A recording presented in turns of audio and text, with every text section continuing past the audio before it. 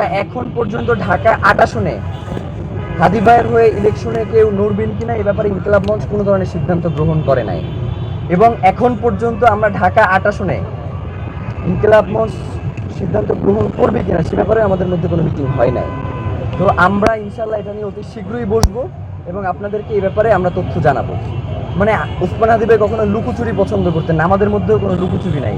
আমরা যেইটা বলবার সেটা আপনাদের সামনে এসে বলবো, আমাদের কোনো পিছু টান নাই। আমরা ওসমান হাদি ভাই যেই আদর্শ এবং যেই লড়াই করে গেছেন সেই লড়াইটা জীবিত রাখার জন্যই আমরা এখানে দাঁড়িয়েছি। নয়তো আমাদেরকে যেইভাবে এই ফোকাস থেকে দূরে সরিয়ে রাখবার জন্য চেষ্টা করা হচ্ছে, আজকে তাইলে আমরা আপনাদের সামনে এসে দাঁড়াইতাম না। সোজা কথা, আমরা এখানে দাঁড়াইছি মানে হচ্ছে ওসমান হাদি পুলিশের গ্রেফতার নিশ্চিত করেই আমরা এখান থেকে যাবো। জি, আর কারো কোনো প্রশ্ন আছে?